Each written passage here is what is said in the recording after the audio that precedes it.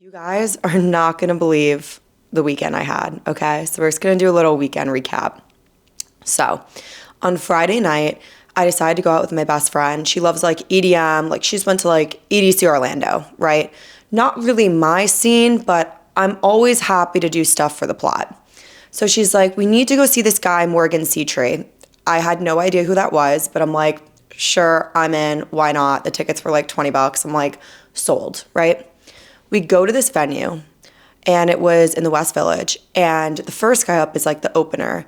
There's like no one there. It's giving like middle school dance. Like all the boys are on one side and all the girls are on the other side. I'm like, are we gonna interact with anybody here? As soon as we walk in, these guys come like running up to us. They start talking to us. And I'm like, great. I'm just going to tell them that I live in Hoboken because they probably live in the city and they're going to want nothing to do with me because they're not going to want to cross the Hudson. Like, people in New York do not cross the Hudson for people in Hoboken and Jersey City. So I'm like, this is great. He'll leave me alone. No, this man was full on from Hoboken. I'm like, great. So then my friend walks away. She goes, she gets a drink at the bar and she like calls me over. So I go get a drink with her. And then we're like walking all around the venue. We wind up getting on the stage, like right by Morgan Seatree. I'm like, this is sick. We're taking videos. We're having a great time. And then these guys come up to us and they're like, hey, like, do you want wristbands? And I'm like, wristbands for what? And they're like, do you want to come to our table? We're actually like the music producers or like the talent people who work with Morgan Seatree. And I'm like, yeah, like we want wristbands. I literally still have mine on. I have not taken it off. I need to. So we go over to their table. Sorry, I just stuttered. We go over to their table and we're talking to them. They're like, yeah, we work with like all these different artists. I'm like, that's so cool. The one guy like grabs me a drink. I'm like, this is awesome. So I'm like talking to them. And then at some point, the one guy goes to me, do you want to go like backstage? Because they have like a whole back area where like they can only go. And I'm like, yeah, like why not? So we go backstage. I get to meet Morgan Seatree, who before this day, I had no idea who this man was. I'm like, oh, I really love your music. Like cosplaying, being like a big fan. I'm like, I have never listened to one song. Like I should not be back here, but I'm somehow back here, right? So I was talking to him. Then my friend, she went outside to go get halal. And I'm like texting her. I'm like, where are you? Like I'm backstage at Morgan Seatree. Like, where are you? She's like, I had to go get halal, which like real, I would have done the same thing. So she goes, she gets her halal. I text her, we meet her outside. And then we like bar hop. We went to like a few different clubs. And I had promised myself, I'm like, I'm going to be home early, right? Like I'm not going to get home at 5 a.m. I'm not going to get home super late. Because I find that when I get home super late, I'm like exhausted the next day and I'm a zombie. So I'm like, I'm gonna get home at a decent hour, right? No, I was so fucking wrong. I got home at 7:50 a.m. 7:50 a.m. At my big age, at 27, like should not be doing that shit. So I get home at 7:50. I'm like, I need to hibernate like a bear. My phone is going off, not even on sleep mode because people still will call me on sleep mode. And I'm like, my phone is going off. This is hibernation time. Like, I don't want to deal with a single soul. But I just thought it was funny because I had promised myself, I'm like, yeah, I'm going to get home in a decent hour. Like, okay, Allie. Like, I can't with myself. Like, why do I do these things? So that was Friday night, right? Saturday night, nothing too eventful. We go out, nothing too crazy. Sundays in Hoboken, okay? I don't know if any of you out there have ever experienced a football Sunday in Hoboken, but if you haven't, I promise you right now, you are missing out, okay? You are 100% missing out. So, we go out on Sunday in Hoboken, and we go to Green Rock. So Green Rock's like kind of like the DJs of Hoboken, right? So we go to Green Rock, we're having like a fun time. Again, promising myself and be home early. I meet my one friend, her friend, his name's Fetty.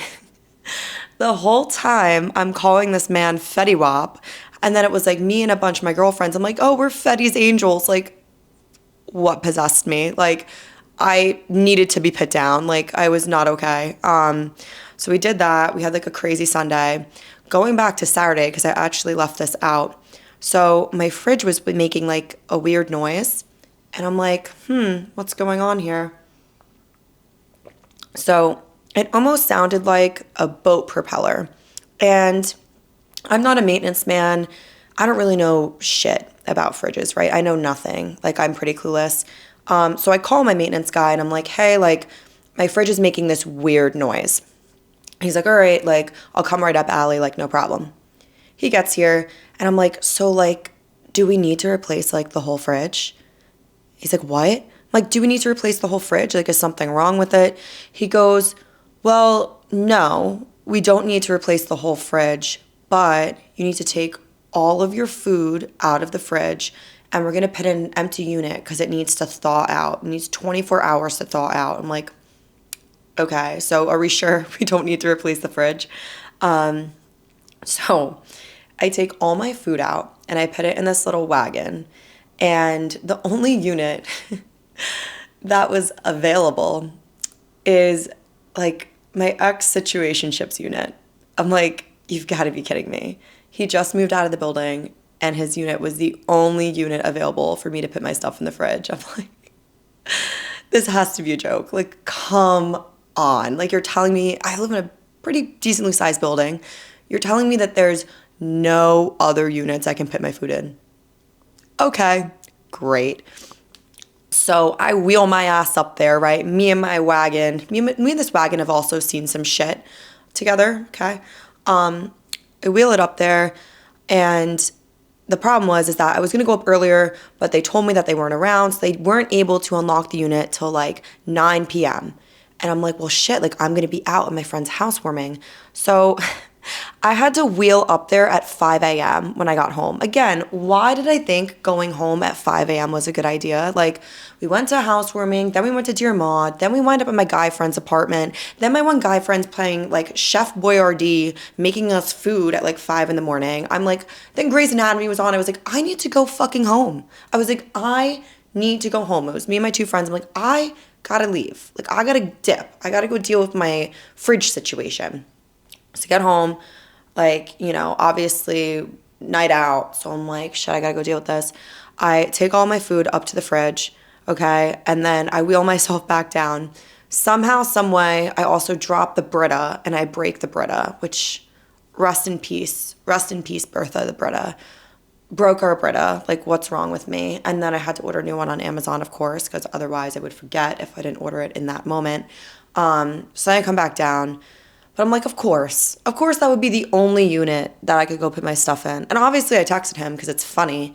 And he's like, there's no way that you're in my empty apartment right now. I'm like, no, believe it. Like, I'm there, me and my wagon. So I wasn't alone. But insane. Just the craziest things, I swear, happened to me. It's just, you can't make it up. Speaking of crazy things, I get a lot of crazy TikTok DMs. And like, I'll read a few of them so you kind of get what I'm saying. So my TikTok DMs definitely get pretty interesting. I usually try to stay out of requested because it tends to get really fucking weird, for lack of a better term. It's basically sugar daddies. They're like, oh, could you be my sugar baby? I'll pay you $8,000 weekly. And I know it's like a bunch of scammers. And I'm like, I'm not answering this shit. So I usually don't go in my requested on TikTok.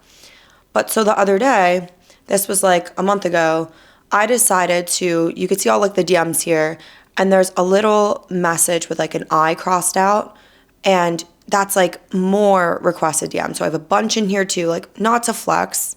It's just like weird sugar daddies who aren't real and trying to scam me. That's like 95% of these DMs.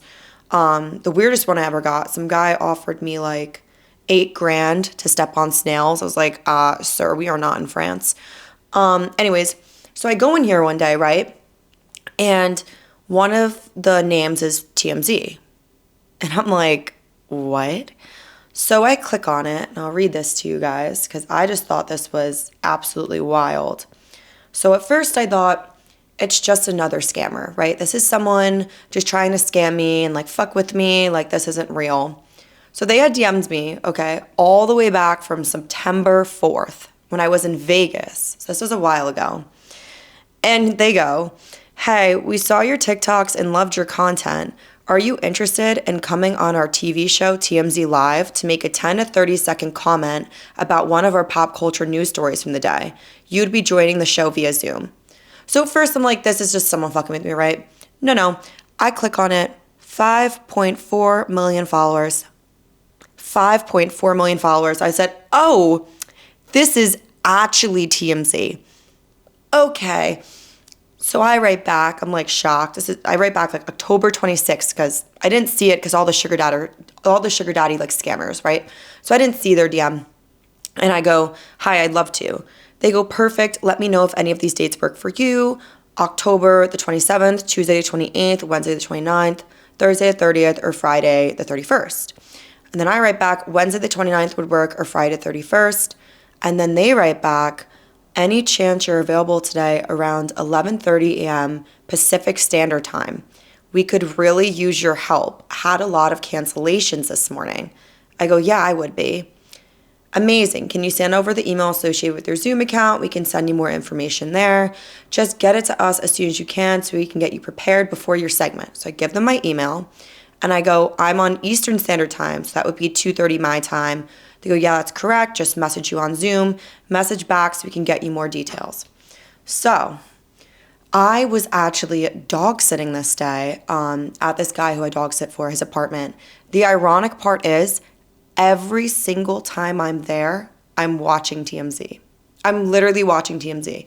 And I'm like, what are the odds that like they DM me, they ask me last minute to come on, and I just happen to be at his apartment.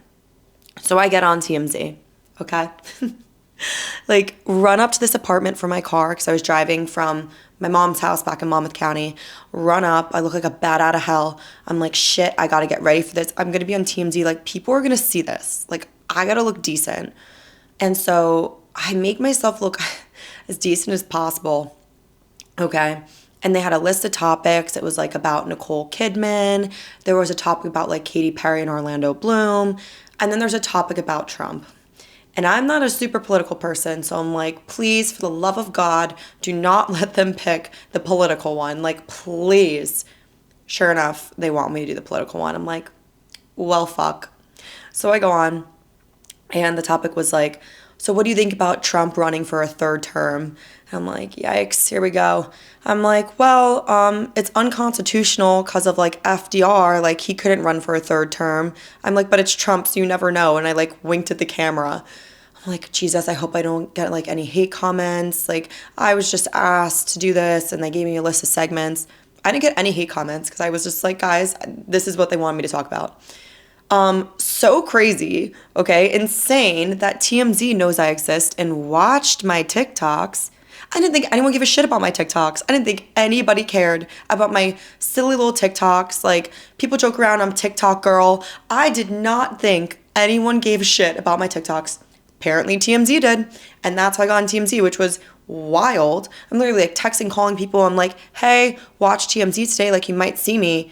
And I'm also was getting texts from people. They're like, holy shit, you were on TMZ today. I didn't have that on my bingo card, okay, for this year. I did not have that on my bingo card. Like, don't know why that's happening. But again, going back to it, like, there is always, like, crazy shit happening to me. Like, anytime I leave my apartment, there's just something, right? So, last Wednesday, my one friend and I, we do this thing called, like, our Washington walks, where we just walk around in Washington and we like to people watch. So she came over and we were leaving my apartment to go on like our little Washington walks. E-bike driver skirts up, skirt, almost runs me over. I almost got the flat Stanley special, okay? Like, I don't know about all you guys out there, but I like my life, okay? I like my life. I don't need to get run over by an e-bike driver with my hand still on the door handle to my apartment building. He had no intentions of also slowing down. Like, the amount of times since moving up here, I've almost gotten completely run over by an e-bike driver. Like, they're actually, like, out of control. Like, respect, I get it. You guys are killing it with, like, DoorDash and all that stuff. But, like, I'm genuinely afraid of them. Like, I think I'm more afraid of them than the Canadian geese that all hang out by the pier. Like, usually the Canadian geese take one look at me in my Canada Goose jacket and they're like, this dumb bitch is trying to be one of us, and they leave me alone. But the e-bike drivers scare me because if I'm not paying attention, like they will give you the flat Stanley special, okay? And like there's no fixing that. Like this is not Willy Wonka. They're not gonna be able to like stretch you out on the belt and like fix you like that one kid in Willy Wonka. Like you're fucked if an e-bike driver runs you over. So yeah. But I mean, bringing up kind of the holiday season, I mean, people are, starting to get in the spirit. I feel like every year I become more and more like the Grinch.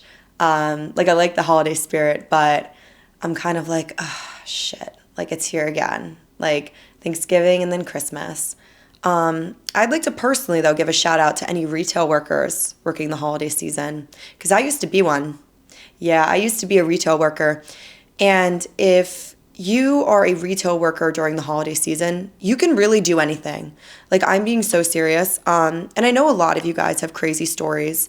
I'll share with you one of my crazy stories from when I worked at Lululemon during the retail season. So I worked at Lululemon in my hometown, and it definitely was an experience to say the least. So one day I'm working and I had like my hoodie on. I was just like chilling. It was a pretty chill day. And this guy comes up to the counter and he's like, oh, I want to make a return. So I'm like, oh, okay. Like, cool, like, no worries. What do you want to return? This man proceeds to throw a pair of men's boxers with holes in it. This looked like Swiss cheese, y'all. Like, threw a pair of men's boxers looking like Swiss cheese on the counter. I said, sir, this is well beyond the normal wear and tear. Like, these are clearly have been worn, like, multiple times. He looks at me, I look at him like, I can't accept this return. Like, you've worn these a bunch of different times. Like, what? And he's like, oh, yeah, I'm sorry. Just walks away. Walks away. I look at my manager, I'm like, I'm going to take that break now. Like, I'm going to go on my break. I go on my break, right? And I'm sitting outside because this is like an outside like shopping mall. And I sit outside, I'm drinking my Starbucks. I had to go get Starbucks, right? I treated myself. I was like, I gotta treat myself. I'm sitting outside my Starbucks. I'm just like, what the fuck just happened? Like, what the fuck was that? Genuinely speaking. Like, come on. Like, and it was during like Christmas season, right? Like, you just can't make this shit up, I fear. Like, I can't. And like, I feel like with the holiday season too, like Thanksgiving, I don't know about anybody out there who kind of has a similar experience to me. But every single Thanksgiving, when I sit down with my extended family, it's always like asking personal questions. It's never like, hey, how's the job? How's this? It's always like about my dating life. And like, I get it. My dating life is chaotic and like really funny, but they always ask me about my dating life. And they want to know like the nitty gritty details. They're like, are you dating anybody? Are you seeing anybody? I'm like, actually, yeah, I'm dating 3 people, me, myself, and I. Thank you so much for asking. But I think I want to touch on this a little bit, like the Vogue article that came out. I've seen a lot of people talking about it, about how having a boyfriend is embarrassing, right? They wrote about this, how a lot of women tend to become more beige or lose their sparkle when they get a boyfriend. And I'm going to say this. Having a boyfriend is embarrassing if he embarrasses you. And this is what I mean by that. So I wrote down a few notes about what I thought about the topic. But so like it's embarrassing if he's doing things to embarrass you, if he's rude to you, or if he's not kind to you, or if he's doing things that you constantly feel like you have to explain his behavior to your friends and family, then yes, having a boyfriend is embarrassing.